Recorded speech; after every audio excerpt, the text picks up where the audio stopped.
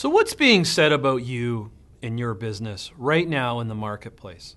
For decades, you could never really find out about that. You'd get a little bit of feedback, maybe a client survey, someone walks in your store. But today, it's a lot easier to get that feedback. In fact, it's instant. It's called social media. Over the last couple of months, we've really heard a lot of people looking for advice on social media. But there's still a lot of companies out there that have not even dialed into this media, and there could be a possible danger to this. For a number of years, I worked in a company in Vancouver, and I worked with a lot of Chinese clients. And the best advice that I'd ever received from one of those clients was, if you give me great service, I'll tell 3 people. If you give me bad service, I'll tell 10. And that same type of exponential numbers applies back to business. I want to give you an example of how this works. Recently, we interviewed in our CEO series Brian Caparici from Brian Caparici Photography. And Brian shared a story about ordering some furniture from a very well-known local Niagara furniture company.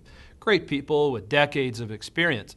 Now, this company is not on social media, so I just want to set that story straight.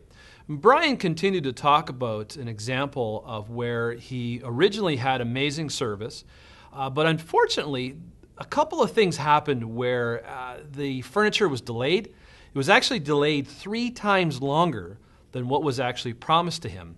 And to get the feedback for that, it had to be Brian who actually called after the company to get the status of his order.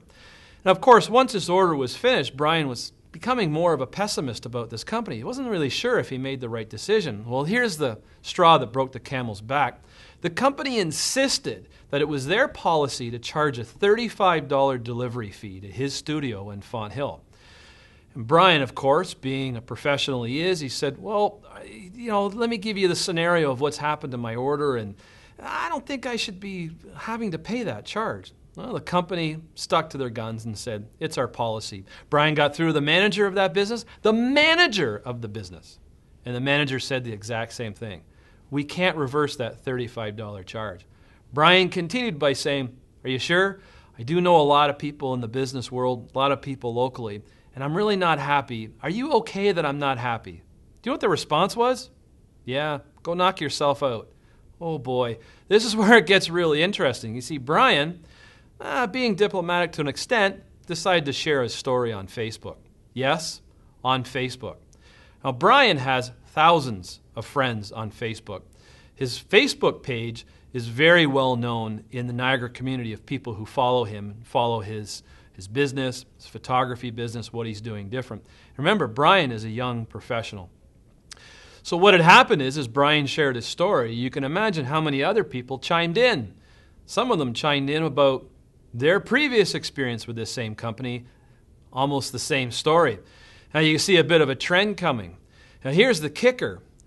2 people who commented on Brian's Facebook post were actually considering going to the same company, searching for furniture for their homes. Well, guess what happened? They didn't go. Now let's go back to the company itself. They're not on social media. They're not on Facebook. For a $35 delivery charge, what do you think that ultimately cost them in business? Thousands, tens of thousands of dollars. Now, in Facebook, that story is still permanent. It's ongoing about you. My partner, Larry Anderson, always says this: if you're aware of what's being said about you in social media and somebody gives you a negative remark, it's critical that you get back to them immediately and dialogue with that customer. Give them a free offering. Offer to take them for dinner. A $100 dinner could actually save you thousands of dollars. So if you're not on social media, might I compel you to get involved very quickly. If you are in social media, what dialogue are you having not only with your happy customers, but maybe more importantly, the customers who aren't that happy with you? You see, Brian has great advice for people using social media.